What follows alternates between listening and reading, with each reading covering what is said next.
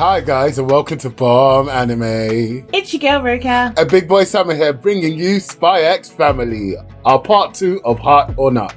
I like the whole feeling and vibe of this anime. It kind of gives me like old sitcom vibes almost. Like I Am Genie or Bewitched without so much nudge nudge wink wink humor. I think I know what you mean. I was equating it more to like My Wife and Kids and stuff like that personally. I thought it was more that era of sitcom, the styles that they use. So like with My Wife and Kids, yes, there was a lot of nods to the audience because it was a studio show. But other than the nods to the audience, the same situational comedy is there, the same hijinks, it's just different settings as opposed to Bewitched and I Dream of Genie being more spoon-feedy in terms of where the comedy was going. This one allows you to sort of make your mind up as to why it's funny, and that's how I feel they handle the humor in this sense. I thought that the violence of Yuri when they brought it in was really shocking in its intensity, and it was like the first slice I feel of the darker side of this anime. Like, yes, we know that Yor is an assassin and they reference it a lot, and we know that Lloyd is a spy and we see him doing loads of spy things, but what Yuri was doing was torture, which is way different to what we've seen. We've seen like 1-2 punch where no one really gets that badly hurt, but with Yuri it was just implied that that guy was never gonna leave there alive. Yeah, Yuri is a different kind of character, and I'm glad that they brought him in because it was getting a bit too saccharine for me, and I did need that kind of cut to eat through.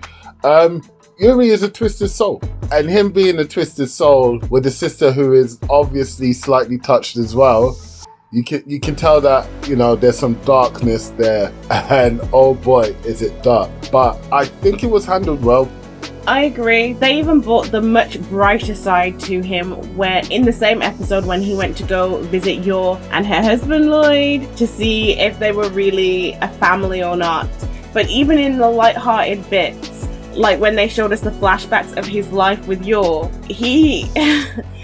he was viewing it with such light-hearted pleasures, but what was actually happening was horrifying. Yor arrived covered from head to toe in blood, and they just sat at the table. Everything's cool. I don't even know how she made it from wherever she was home without getting stopped by the cops. And even the way she disciplined him was wild, and it also leads to the fact that he has this other dark side, which really was developed by Yor.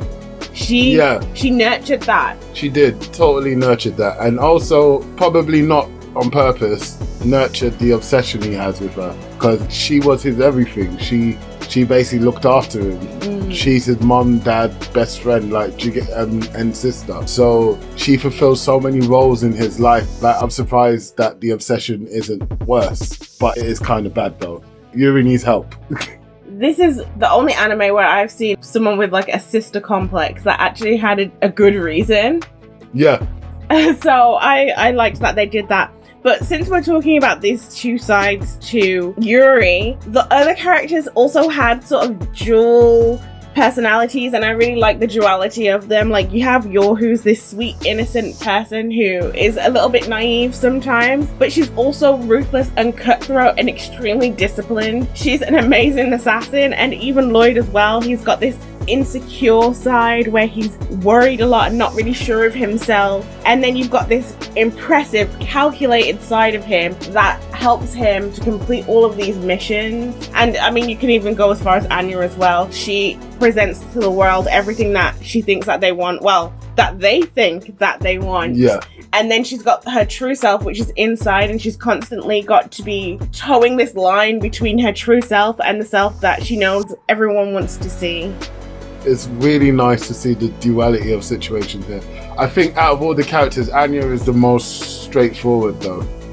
And again, it fits because Anya is the youngest. She's a child. She's not grown up like the rest of them. So obviously she's not had to deal with certain things. And her going to school and her learning how to deal with people, and people aren't just straightforward. Like, Damien is not just a kid.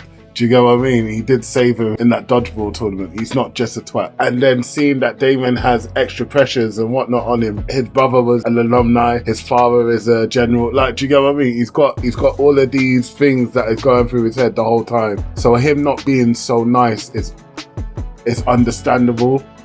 And it's a shame that he's that way, because if he loosened up a little, he might be happier. You know what I mean?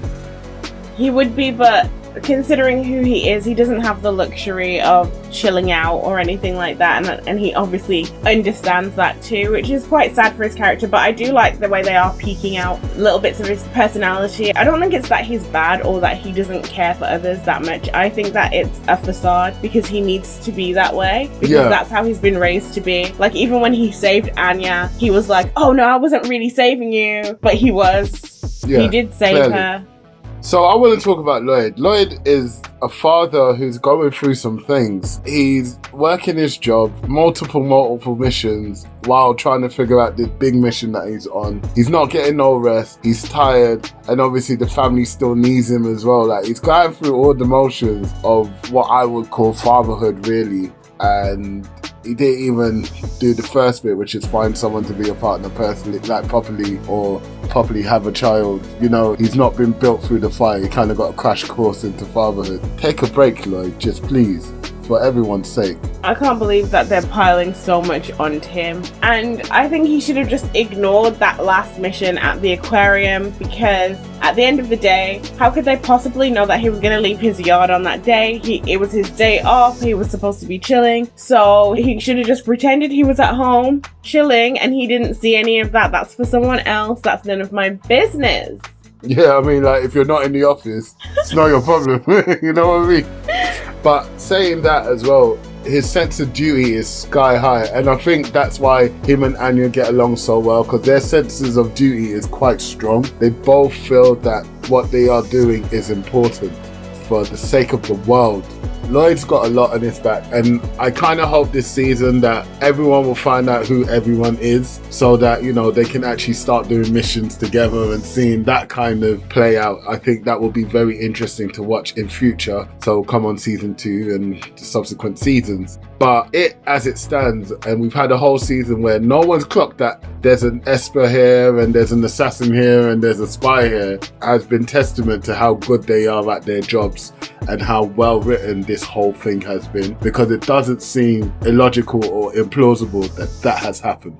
I agree with you. I actually was thinking that because of the pacing that they've chosen with this, it could have actually done with 24 episodes. Yeah. I wouldn't have been mad at a much longer season, because there were so many things that were untouched. Even this whole budding romance between Lloyd and Yor, well, it's not even really budding, but we know that they both kind of like each other. But we haven't seen any kind of progression in that. We've seen no progression for the mission itself as well, which is supposed to be Anya getting closer to Damien so that Lloyd can get closer to his dad. Nothing has even progressed a little bit in terms of that. And then we also found out that Anya was from a facility, and nothing has been touched on about that either. We haven't seen anyone trying to look for her or flashbacks about what went on. I wanted to see like a lot more to do with the facility, so maybe those are going to come in season 2, but I feel like we need to see some progression. I also want to add on to that. I want to know more about your story. I want to know about what's going on with Yor's assassination group, who she belongs to, what's going on there. How does she get her missions? Because like one day, la-di-da-di-da, next day she's come back in a red suit or a black suit. Like, do you get what I mean? Like, what's going on there?